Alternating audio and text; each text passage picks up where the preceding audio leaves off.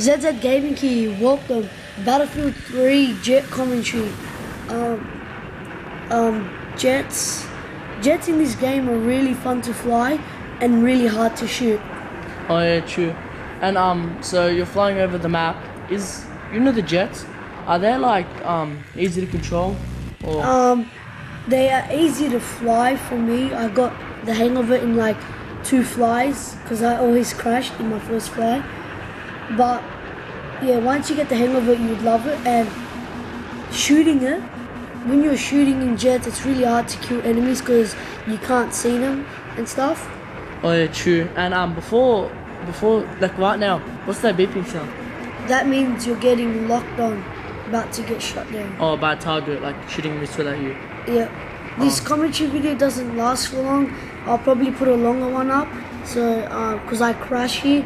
But when I get the hang of shooting enemies and stuff, I'll put a new one up. So please rate, comment, subscribe would really help us out. And yeah, ZZ Gaming jet commentary.